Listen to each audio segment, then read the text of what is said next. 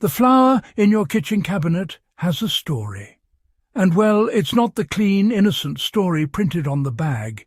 It's a story of stripped grain, lost nutrients, and a craft so powerful it fed civilizations for thousands of years, then quietly got erased. Today, on Ancient Roots Uncovered, we are cracking open the truth about medieval stone milling. Not the fairy tale version, the real one, the one the modern flour industry doesn't want in the spotlight. Medieval people didn't make flour, they unlocked grain.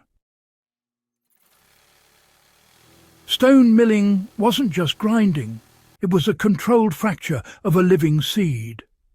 When grain met stone, it wasn't blasted into white dust. It was slowly opened. The outer bran cracked. The germ released its oils.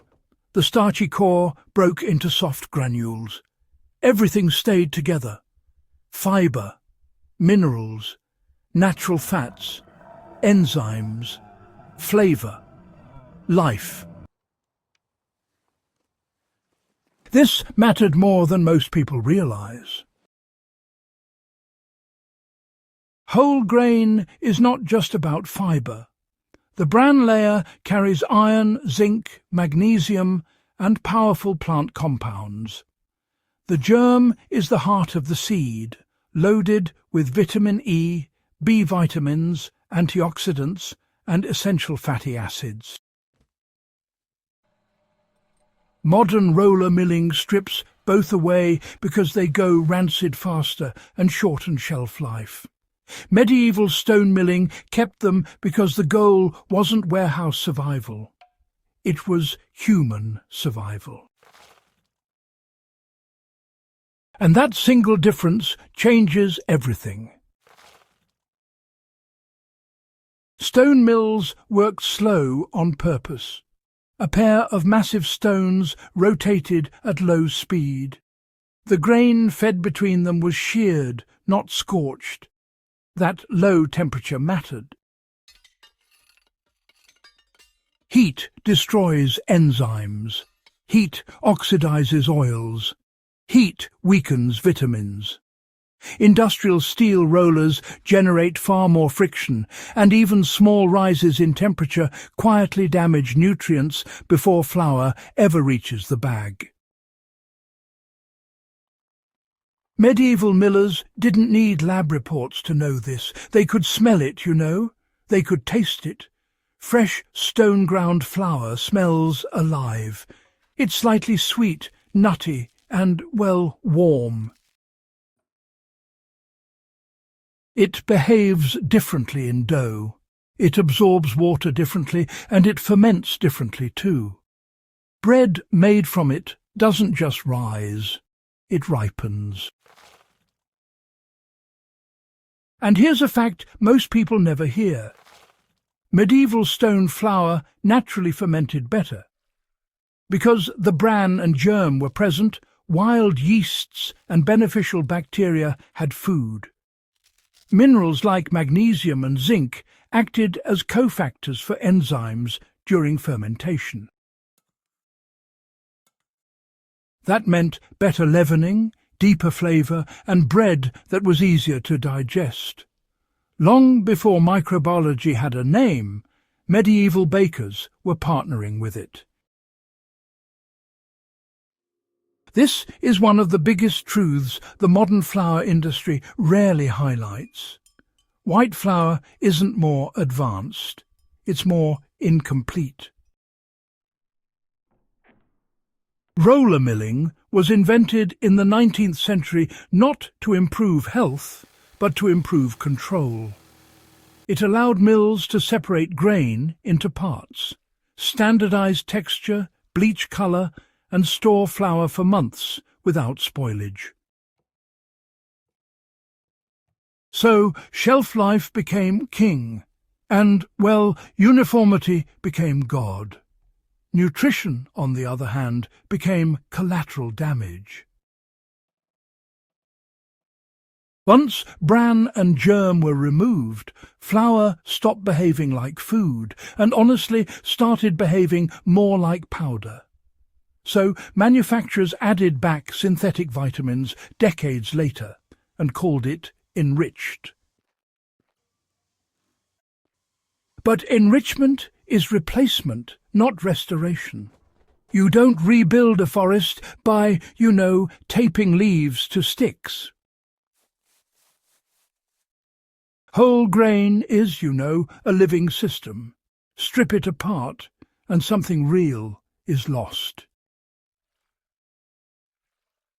Medieval people, interestingly enough, felt this loss in reverse. When harvests were good and flour was fresh, strength followed. Bread wasn't a side food, it was a primary fuel. Stone-milled flour provided slow carbohydrates, wrapped in fibre natural oils that stabilised blood sugar and micronutrients that supported bones, nerves and immunity. For farmers, builders and travellers, this wasn't optional. It was survival nutrition. There's another truth rarely discussed. Stone milling preserved texture. Medieval flour was not one uniform dust. It was a spectrum. Fine particles for structure, coarser particles for chew, tiny bran flecks that held water and fed fermentation. This complexity is why traditional breads stayed moist longer and went stale slower. Industrial flour stales fast because it's simple. Starch with very little else, really. And, simplicity ages poorly. Stone mills also kept grain honest. Every batch reflected soil, season and storage. You could taste drought. You could taste richness honestly. Modern milling, it blends harvests from massive regions into this sort of flavourless sameness, predictable, profitable, but, disconnected. Even the act of milling, it shaped communities in ways we sometimes forget. Mills were social engines. People brought grain, shared news, and traded labour. The miller understood stones the way a surgeon understands instruments, honestly. The grooves, called furrows, were cut by hand. Their patterns controlled how grain moved, cracked and exited. Too sharp and the flour scorched. Too dull and the grain was crushed unevenly. Stone dressing was skilled labour, not just factory maintenance. And here's something powerful. Medieval millers actually knew stones affected nutrition. Different stones produced different flour. Hard stones generated more heat and dust, while softer stones preserved texture and aroma. They chose quarries carefully. The wrong stone could ruin bread for an entire village. That level of respect doesn't exist in industrial milling.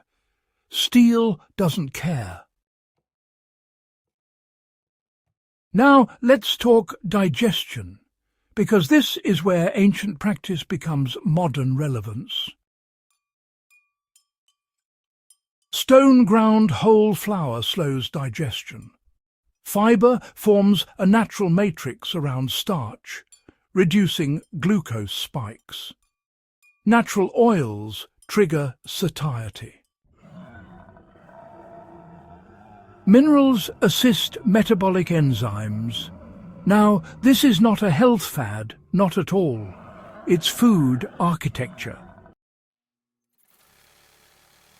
When modern milling strips grain to white starch, digestion becomes rapid. Blood sugar spikes and, well, hunger returns quickly. So, companies market snacks, then cereals, then supplements. The problem created becomes the product sold. You know, medieval flour didn't need branding. What it really needed was, well, just freshness. And, honestly, freshness may be the greatest hidden secret of all. Stone-ground flour is actually meant to be used quickly. The oils in the germ, they start to oxidize within just a few days or weeks. That's not a flaw, by the way. That's actually proof of life. Industrial flour lasts a year because, well, it's missing what spoils. Unfortunately, it's also missing what nourishes. So, when the industry tells you white flour is cleaner, you know, understand what that really means. It means empty. When it says whole grain is added, just, you know, understand what that really means. It was removed first. You know, the medieval way was not primitive. It was, in fact, integrated. Grain, stone, human, and time, all working together. There wasn't a single step just to maximize shelf life.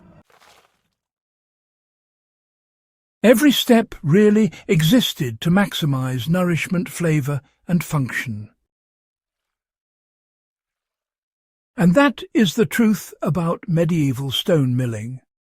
It didn't just make bread, it made real food. If this changed how you see something as simple as flour, then you're exactly where this channel was built to take you. This is Ancient Roots Uncovered, where forgotten knowledge becomes modern power. If you want more deep dives like this into the skills, foods and technologies that truly built civilization, make sure you subscribe, share this with someone who still thinks all flour is the same. And, well, stay curious, because the past still has a lot to teach us.